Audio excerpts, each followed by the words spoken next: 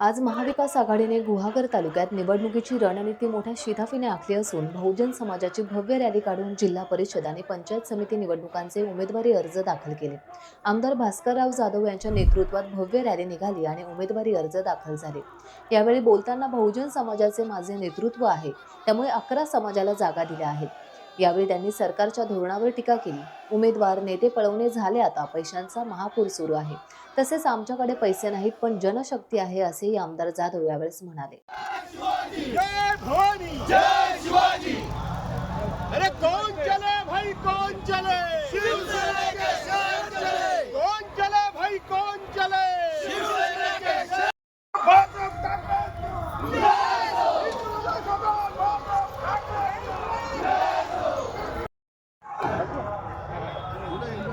शिवसेना वंचित बहुजन विकास आघाडीचा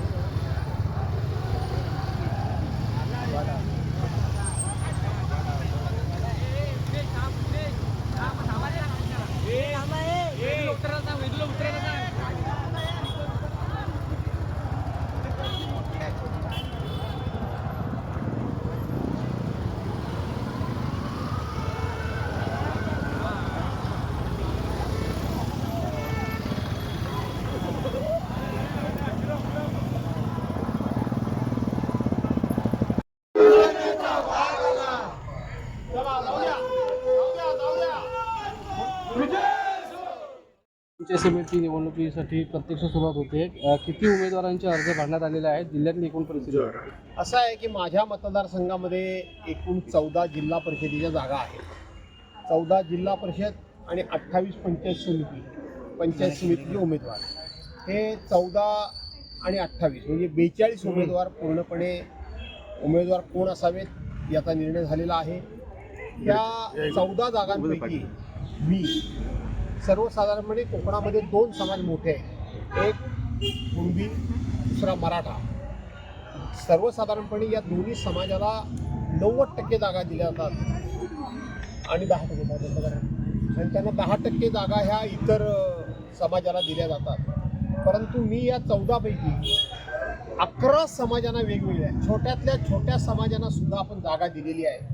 की शेवटी मी बहुजन समाजाचं नेतृत्व आहे आणि म्हणून बहुजन समाजाला बरोबर घेऊन जाणं ही हिंदुहृदय सम्राट शिवसेना प्रमुख माननीय बाळासाहेब ठाकरे यांची मला जी शिकवण आहे, त्या शिकवणूरूप मी ह्या उमेदवार हे जाहीर केलेले आहे। काय आव्हानं वाटतात आता सध्या राजकीय परिस्थितीमध्ये? हे राजकीय आव्हान म्हणजे काय, सरकारच्याकडे कुठलंही काम केल्याचं सांगण्यासारखं नाही, सरकारची वागणं चांगलं नाही, सरकार दहा खोटं बोलणार असल्यामुळं आज एक नवीन फंडा त्यांनी काढलेला आहे। पूर्वी EVMची मशीनमध्ये चोरी करायची, त्याच्यानंतर मतपत्रिके चोऱ्या करणं झालं, त्याच्यानंतर विरोधी पक्षाचे उमेदवारच पळवणं झालं, नेते पळवणं झालं, लोकप्रतिनिधी पळवणं झालं। मग आता फक्त आणि फक्त पैशाचा महापूर हा त्या ठिकाणी त्या मतदारसंघामध्ये निर्माण करायचा किंवा पैसे वाटायचे आणि निवडणुका जिंकायचा हा नवीन एक फंडा सुरू झालेला आहे। आणि म्हणून आमच्याकडे पैसे नाही, प्रचंड अशी आमच्यासमोर जनशक्ती आहे। आमची खात्री आहे की ह्या जनशक्ती 100% हरवी। रत्नागिरी जिल्हा परिषदेवरती शिवसेनेची सत्ता येईल असा विश्वास आपण? मला संपूर्ण जिल्ह्याचं काही सांगता येणार नाही, परंतु माझ्या मतदारसंघामध्ये तिन्ही पंचायत समिती 100% मी जिंकेन। टाइम्स डिजिटलला लाईक करा, सबस्क्राईब करा, शेअर करा आणि बेल आयकॉन दाबायला विसरू नका। पाहत रहा टाइम्स डिजिटल।